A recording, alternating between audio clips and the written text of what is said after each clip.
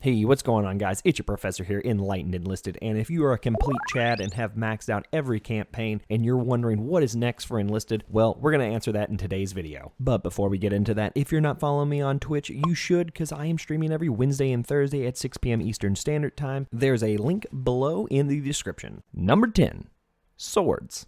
During the summer event, we were given the reward of swords. While it is true that many nations have ceremonial daggers and swords for their militaries, they are never used in combat, unless you are a crazy Englishman who decides to take a longbow and a broadsword to storm the beaches of Normandy. However, on the Pacific side of the war, that is a very common sight, with Japanese officers carrying swords that were either issued to them or passed down from their families. It is one of the staples that make up the Pacific theater, and it is shown in many cinema movies and so forth. It is also interesting to note that in Enlisted, you actually run faster with your sword out, which could be leading towards a bonsai charge, which we saw in the Red Orchestra Rising Storm games. Sticking with the cold steel, let's get to number 9. Number 9, the Bayonet. Okay, this one's a bit of a stretch, as bayonet charges happen on every front throughout the war. The Russians almost always had a bayonet on the end of their rifle during the early part of World War II, but hear me out on this one. With number 10 in mind, the bonsai charge is a staple of any Pacific campaign. Many can recall the moment of glory for the Emperor when they bonsai charged in Rising Storm. It just fits the feel of this campaign, with the lush islands, lurking steel of the bayonet behind every bamboo bush. This is what separates it from other campaigns, as the bayonet is almost crucial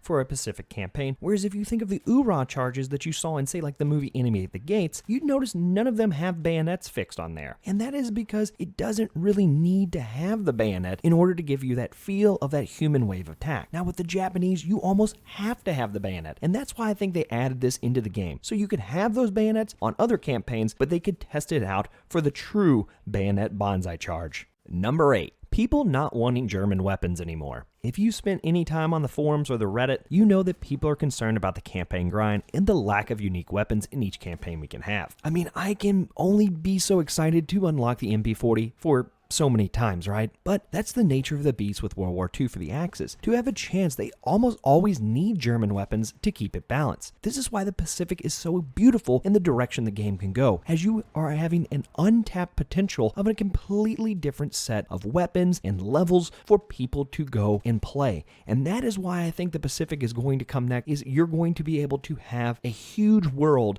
that you can explore and then have little stopgaps now before you return to the snow-covered fields of the Russian winter.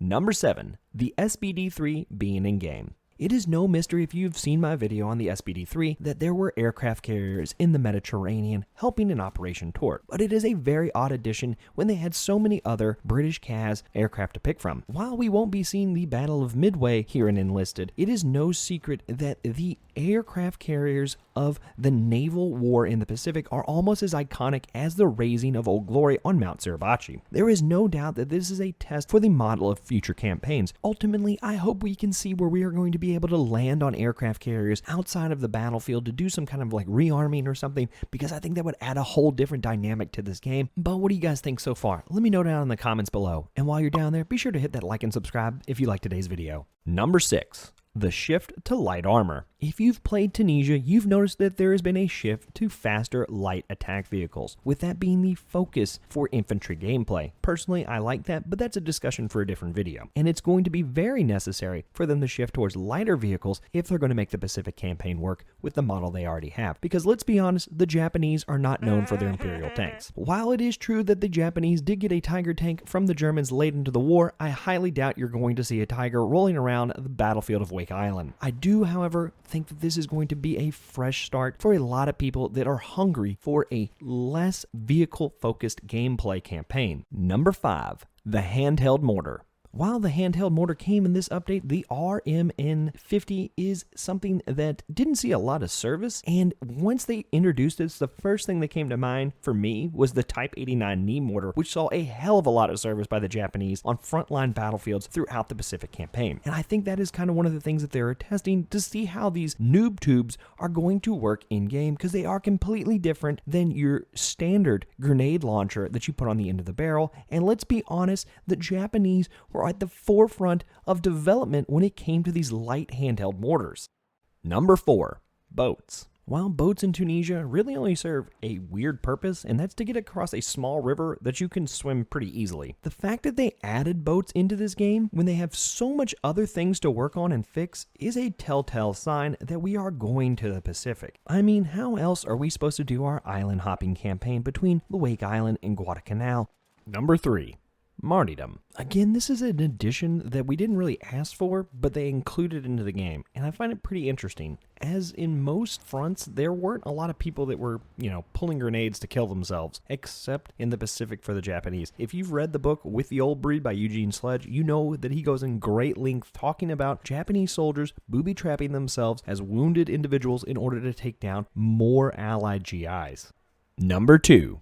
The Arisaka Rifle. When I made my video months ago about the Japanese possibly coming, this was the only real indication we had, and I took a lot of flack for it. Yes, I understand that the Russians bought a bunch of them, and they actually used them throughout World War II, but it is a very interesting choice for them to pick the Arisaka Rifle, and if we use the Normandy campaign as any kind of an indication on what we can expect when we saw British and Italian weapons in the Normandy campaign, and that led to those factions being added to the game, I think it is safe to say the Arisaka Rifle is an indication the Japanese will be coming.